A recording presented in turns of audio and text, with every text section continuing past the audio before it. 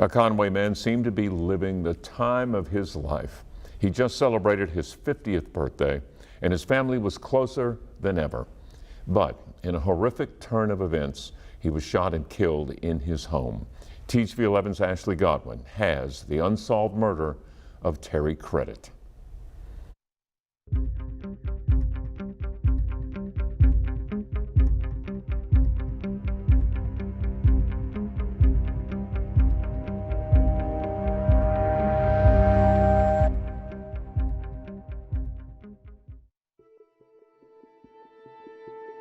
Terry Credit, a husband, father, brother, and son. He had a big family with 8 other siblings.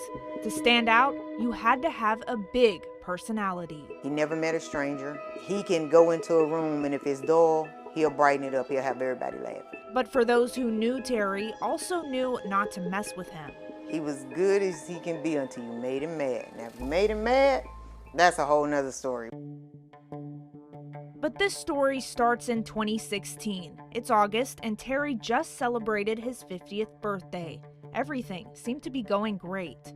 This was him, out the window, waving.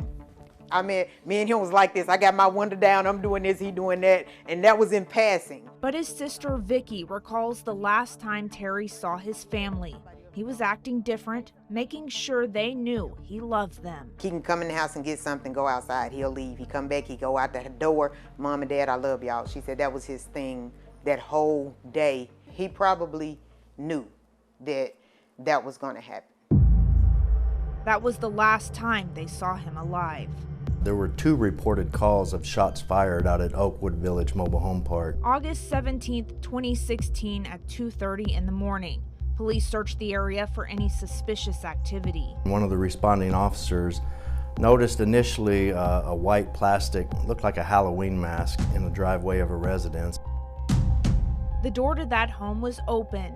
Inside was Terry Credit, shot and killed. We recovered 2 shell casings, and he was shot twice. My dad called me and he said, baby, the detectives is here. I was like, for what? He was like, they said somebody killed your brother. I said, Daddy, quit playing with me. When I tell you I left my job screaming, hollering, and running, jumped in my car, and I was gone. When the family got to see the crime scene for themselves, one thing stood out to them. The curtain was still open where we know he had looked out the window. So we know it was somebody he knew out there. That's why he went to that door, and that's why he opened it.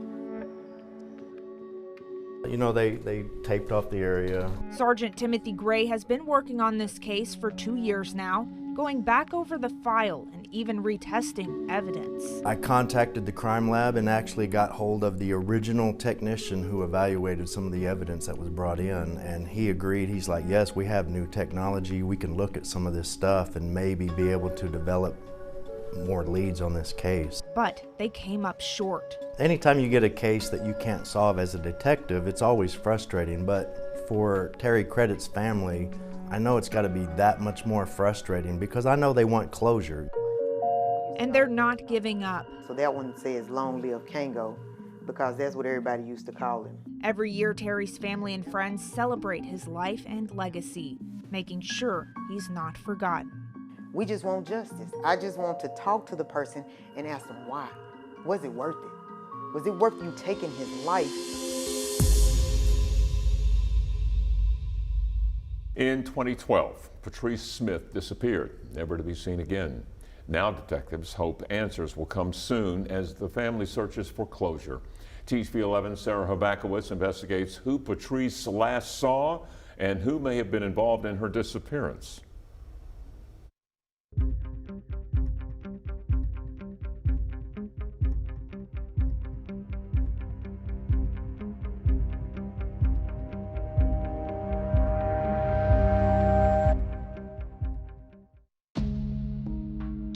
The very first word family uses to describe Patrice Smith, loving. Beautiful, beautiful young lady, life of the party. Her younger sister Maria said she was always herself. She thought she could sing, dance. I feel like the key word there is thought. Thought, that's it. Maria says Patrice shared her love of life with her dad, sisters, and daughter, and a new boyfriend, Michael Robinson. She wanted to show him Rhea, I'ma show him what it feels like to be truly loved. The two dated for a few months in 2012. Then one day, after a family barbecue, It's like her whole demeanor changed. Michael was out waiting in front of Maria's home. For her just to get quiet and jump out the car with me, something was telling me something was wrong with my sister. Adding that Patrice wasn't quite herself. And ever since that day, that night, March 24th, 2012, I'll never forget it.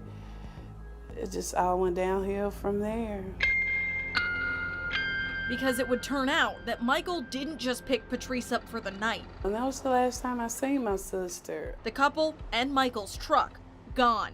Patrice's family reported her missing the very next day, but Little Rock detective Bruce Maxwell explained it would be another 3 days before Michael's family did the same. On the 28th,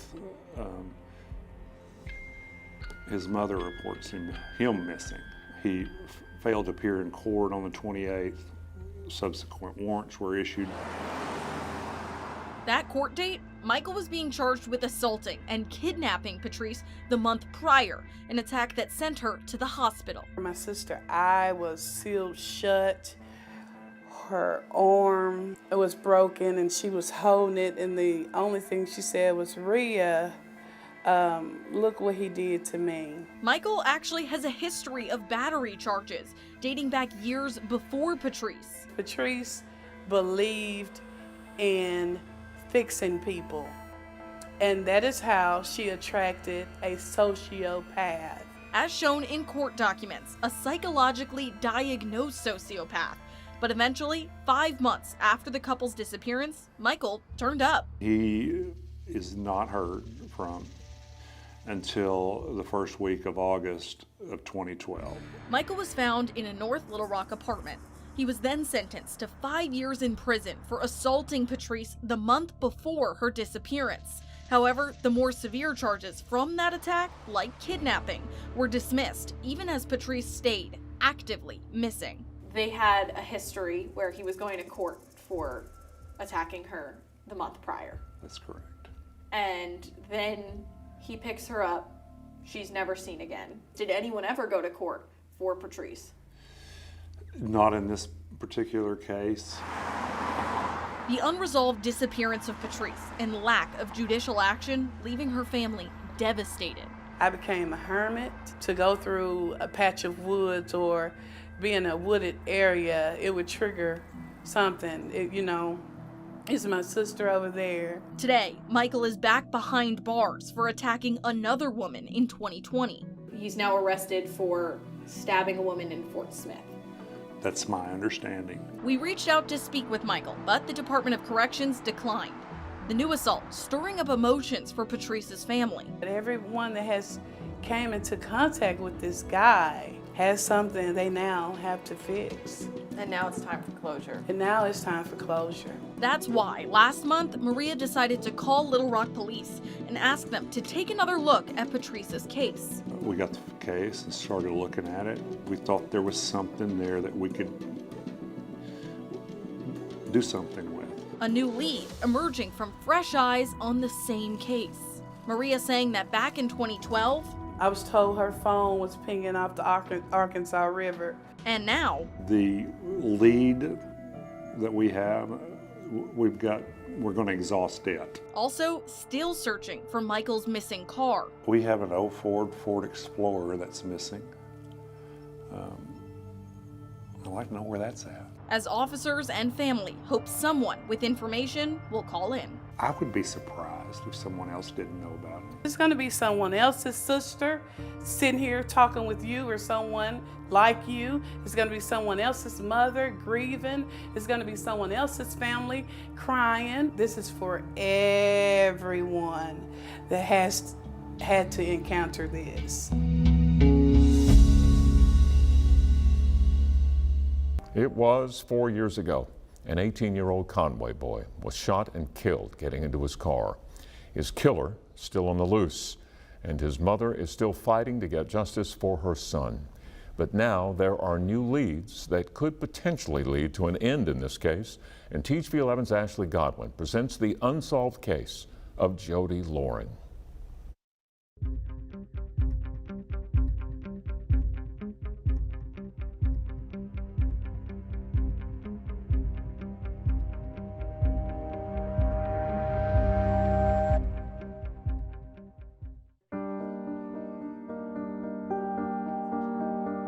These are Mother's Day pictures that he kind of forced me to, we're gonna take pictures, and I'm glad I did because that was actually part of the last month that we had. Lakia Smith's house is filled with pictures of her family.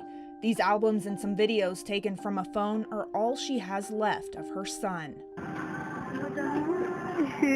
He loved to dance, and he'd do all kind of dances. He was just a happy person. Some call him goofy. He likes to laugh. He liked to play, have fun, make jokes. Jody Loring was 18 years old, creative, curious. He cared for those around him. When he see you kind of to yourself or sad, he would say, "Smile. The day'll get better, I promise." He had just graduated from Conway High School, became a new father, his world revolving around his 3-month-old son, Sincere, his future full of promise. I mean, he just enjoyed that baby and life. But everything changed on May 24th, 2018. He was sitting in there with the baby, and he was just talking about life, and, I'm going to, I got a lot of things planned that I want to do, not knowing that it would be cut short. It became the worst day of her life. When I seen my son laying on the ground, that memory plays. It just rewinds itself, and it just plays. Lakia had gone to bed, and Jody left to go drop off his son at his girlfriend's house, the mother of his child. It was a normal routine as she got off work. He left about 10, maybe 11. And like 12 o'clock, they called, and they say that he had been shot. And I jumped out of the bed and I went down. I just collapsed. There was a vehicle parked on the property there. There were several bullet holes through the driver's side window, the glass. Jody was leaving his girlfriend's house on Donahue Avenue. He got in his car. That's when he was shot and killed, still parked in front of the house where his girlfriend and son were inside. Lieutenant Tom Kennedy investigated Jody's murder for a year. It just makes it more tragic when they're young like that.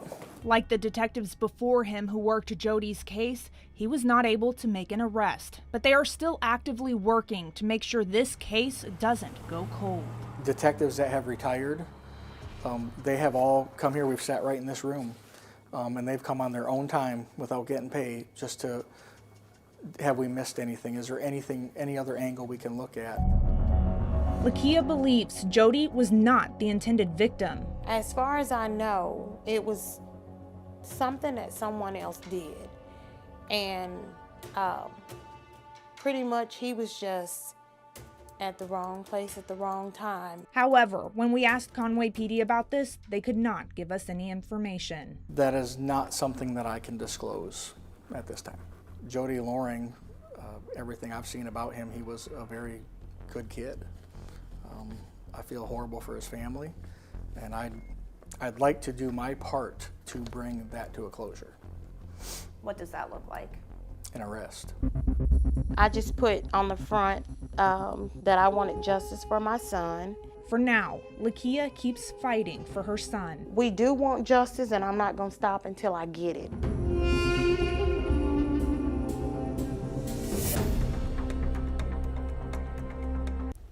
There is a $2,500 reward for information leading to the arrest and conviction of Jody's killer. If you know anything, you are asked to call Conway PD.